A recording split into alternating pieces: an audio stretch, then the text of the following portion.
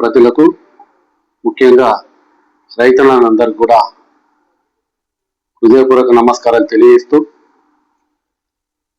రైతులందరికీ యూరియా సక్రమంగా ఎటువంటి అక్రమాలకు తావివ్వకుండా, బంధుప్రీతికి తావివ్వకుండా యూరియాని అందించాలనే ఉద్దేశంతో ఈ మొబైల్ అప్లికేషన్ను ప్రవేశపెట్టినటువంటి పరిస్థితిని మనందరం కూడా చూస్తున్నాం. ఈ క్రమంలో కొన్ని ఇబ్బందులు అవుతున్నాయి.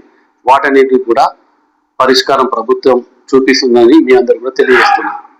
ఏదైనా ఒక సంస్కరణ చేయాలన్నప్పుడు ఇబ్బందులు అయితే కానీ ప్రతి సమస్యకు పరిష్కారం ఉంటుందని కూడా రైతాంగం గమనంలోకి తీసుకోవాల్సిందిగా విజ్ఞప్తి చేస్తున్నాం. మన గ్రామాలకు, మన పొలాలకు సొసైటీ సరఫరా చేసేది ఈ సొసైటీలు. గత 10 ఏళ్ళుగా అధికారం ఉన్నటువంటి టిఆర్ఎస్ పార్టీ వాళ్ళ నాయకులు ఒక గజ దొంగల మూటగా ఏర్పడి నియోజకవర్గంలో దాదాపు 14 సొసైటీలను డిఫాల్ట్ లిస్టులో పెట్టించింది.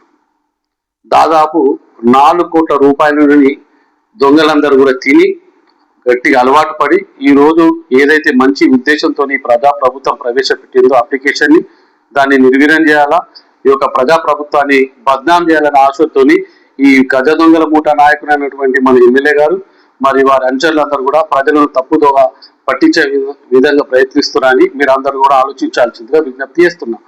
ఈ యాప్ లోని నష్టాలు ఉన్నప్పటికీ లాభాలు కూడా గమనంలో తీసుకోవాలి ప్రజలు. ముఖ్యంగా గతంలో సొసైటీ చైర్మన్లు మరియు సొసైటీ మీద అజమాయిషి చెల్లించే వాళ్ళు యూరియాని తెప్పించుకొని వాళ్ళ గోడౌన్లలో భద్రపరుచుకొని చిన్నకారు రైతులకు ఇబ్బంది పెట్టేవారు.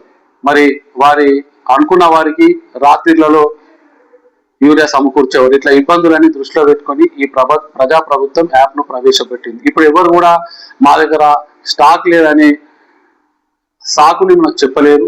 మరి స్టాక్ ఎక్కడుందో కూడా మన యాప్ ద్వారా తెలుసుకోవచ్చు. మరి రెండోది, ఎవరు కూడా ఏదైతే ప్రభుత్వం నిర్ణయించిన ధర కన్నా ₹1 కూడా ఎక్కువ అమ్మేటువంటి ఆస్కారం లేదు. మరి గతంలో మన కేవలం బంధుమిత్రులే కాకుండా పక్క జిల్లాలకు కూడా అమ్ముకునేవారు. ఈ రోజు అటువంటి అమ్ముకునే విధానానికి ఆస్కారం లేకుండా ఈ యాప్ ద్వారా మనకు లభించింది. అందుకని ప్రజలారా మీరందరూ కూడా గమనం తీసుకొని మేము కూడా ఈ ప్రజాప్రభుత్వం కూడా మన జిల్లాలో పుష్కలంగా నిల్వలు ఉన్నాయి. ఈ నిల్వల్ని సొసైటీలో తీసుకురావాల్సిన బాధ్యత సొసైటీ చైర్మన్ల పైన ఉంది. ఒకైతే ఆ సొసైటీ చైర్మన్ తీసుకోకపోతే మీ దగ్గర ప్రైవేట్ డీలర్ ద్వారా మీ డీడీలు కట్టి తెప్పించుకున్నట్టయితే మీకు యూరియా